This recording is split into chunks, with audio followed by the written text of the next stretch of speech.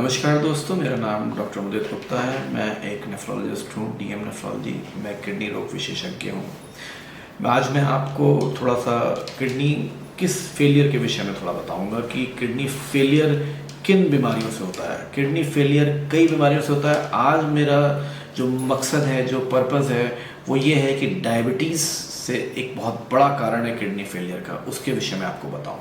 Kidney failure definitely दो तरह के होते हैं। मैंने पहले भी अपने कई वीडियोस में आपको बताया है, जिसमें कि एक्यूट किडनी इंजरी भी हो सकती है, क्रॉनिक किडनी डिसीज़ भी होता है। तो दूसरा इंपॉर्टेंट इसमें सबसे महत्वपूर्ण मैं आपको बताऊंगा कि क्रॉनिक किडनी डिसीज़, जो जिसे सीकेडी के नाम से भी जाना जाता है, उसमें सबसे इम्पॉर्टेंट और सबसे पहला कारण हमारे देश में या किसी भी देश में डायबिटीज़ पाई गई है। डायबिटीज़ या शुगर की बीमारी एक ऐसी बीमारी है जो धीरे धीरे हमारी किडनी को अफेक्ट करती है। ये एक प्रकार की माइक्रोवेस्कुलर कॉम्प्लिकेशन है। ऐसा नहीं कि डायबिटीज़ से सिर्फ किडनी ही खराब होती है, और भी हमारे अंग खराब होते हैं, लेकिन डायबिटीज़ से किडनी खराब होना एक बहुत कॉमन सी प्रॉब्लम है। ऐसा नहीं है कि हर डायबिटीज़ के मरीज की या पेशेंट की किडनी खराब होगी, लेकिन हाँ, एक सर्टेन परसेंटेज यानी कि कुछ प्रतिशत के डायबिटीज़ के मरीजों में किडनी खराब होती है। किन डायबिटीज़ के पेशेंट्स में किडनी खराब होगी, हम कैसे पता लगाएंगे, कैसे हमें आइडिया लगेगा कि इस डायबिटीज़ के मरीज की किडनी खराब होने वाली। उसमें सबसे पहला लक्षण ये है कि आपको फैमिली हिस्ट्री जाननी चाहिए। फैमिली हिस्ट्री यानी कि आपके घर में या आपके माता पिता को या आपके सिबलिंग्स को, भाई बहनों को किडनी की प्रॉब्लम हुई हो डायबिटीज़ की वजह से, चांसेस हैं कि आप में या आपके किसी भी फैमिली के मेंबर में किडनी फेलियर डायबिटीज़ से होने की संभावना बढ़ जाती है, पहली चीज़। दूसरी चीज़ ये है कि लॉन्ग स्टैंडिंग डायबिटीज़ होती है। हमें देखना होता है कि डायबिटीज़ ऐसा नहीं है कि आज हमें पता लगी और डायबिटीज़ से अगले साल ही किडनी खराब हो जाएगी, ऐसा नहीं है। डायबिटीज़ एक स्लोली प्रोग्रेस करने वाली बीमारी है, उसमें धीरे धीरे किडनी डैमेज होती है। तो यानी कि डायबिटीज़ का कुछ समय होना चाहिए, यानी कहने का मतलब 5, 10, 15 साल अगर निकल गए तब किडनी इफेक्ट होती है, तो दैट डेफिनेटली ऐसा हो सकता है कि डायबिटीज़ से हो रही है। डायबिटीज़ भी दो तरह की होती है, टाइप 1 और टाइप 2। टाइप 1 जिसमें कि इंसुलिन डिपेंडेंस होती है, और टाइप 2 जो कि इंसुलिन डिपेंडेंट नहीं होती, गोलियों से कंट्रोल हो जाती है। इसमें भी टाइम स्पैन का थोड़ा फ़र्क है, दोनों में फ़र्क है। यानी टाइप 2 में पहले से चल रही होती डायबिटीज़, हो सकता है 4-5 साल बाद ही आपकी किडनी पे असर आ जाए, पता लगे। लेकिन टाइप 1 में एक सर्टेन टाइम होता है कि 5 साल बाद, 10 साल बाद धीरे धीरे किडनी में असर आना शुरू होता है। तो एक टाइम स्पैन का इसमें रोल है। तो पहला जो मैंने आपको बताया फैमिली हिस्ट्री का रोल है।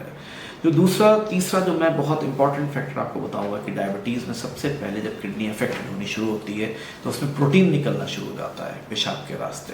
प्रोटीन कई बार जब निकलता है तो सूजन आती है, कई बार सूजन नहीं भी आती है। तो हर डायबिटीज़ के पेशेंट को कहा जाता है कि वो अपने यूरिन का टेस्ट करवाए। अगर उसमें प्रोटीन आ रहा है और सिग्निफिकेंट क्वांटिटी में है तो डेफिनेटली उस पेशेंट को या उस इंसान को डायबिटीज़ से किडनी फेल होने की संभावना थोड़ी बढ़ जाती है। तीसरा, डायबिटीज़ से आँखों पे भी असर आता है, यानी कि फंडस जिसे बोलते हैं। जिन लोगों में डायबिटीज़ से फंडस पे यानी कि रेटिनोपैथी हो रही है, रेटिनोपैथी एक ऐसी बीमारी है जिसमें कि आँख के पर्दे पे असर आने लगता है और दिखाई देने में दिक्कत आती है, काले धब्बे से दिखते हैं। तो जिन लोगों में डायबिटीज़ से आँखों पे असर आया, उन लोगों में भी कहते हैं कि डायबिटीज़ से किडनी पे असर आने की संभावना थोड़ी ज़्यादा होती है। तो ये वो लोग हैं डायबिटीज़ वाले जो मैंने अभी तक आपको बताया, जिनमें किडनी फेल होने की संभावना बहुत ज़्यादा बढ़ जाती है। फिर दूसरी इंपॉर्टेंट बात ये आती है कि डायबिटीज़ से किडनी फेल हो रही, तुम पता कैसे लगाएं। मैंने अभी आपको बताया कि सिंपल यूरिन का एग्जामिनेशन, जिसमें कि प्रोटीन का पता लगाना।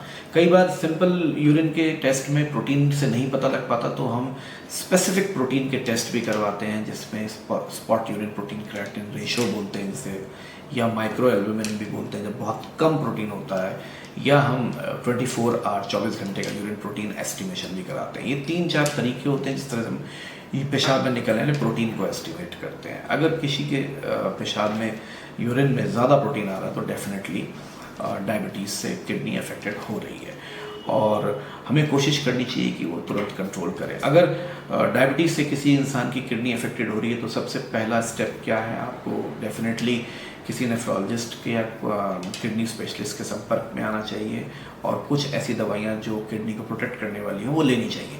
सबसे इम्पॉर्टेंट इसमें मैं ब्रीफली आपको बताऊंगा कि डायबिटीज़ का कंट्रोल बहुत अच्छा होना चाहिए। पहला, अ टाइट आरबीएस कंट्रोल इसका बहुत बड़ा रोल है कि अगर आपकी शुगर अच्छी कंट्रोल है तो डेफिनेटली डायबिटीज़ से किडनी कम ख़राब होगी, और अगर होगी भी तो उसका जो समय है ख़राब होने का काफ़ी स्लो रहेगा। दूसरा, ब्लड प्रेशर कंट्रोल। जिन लोगों को डायबिटीज़ है साथ साथ में उनको ब्लड प्रेशर, तो ब्लड प्रेशर कंट्रोल भी काफ़ी इंपॉर्टेंट है। तीसरा, इसमें कुछ ऐसी दवाइयाँ होती हैं जो पेशेंट्स को दी जा सकती हैं। बड़ा कंट्रोवर्शियल एरियाज होते हैं, कुछ नेफ्रोलॉजिस्ट को काफ़ी बिलीव करते हैं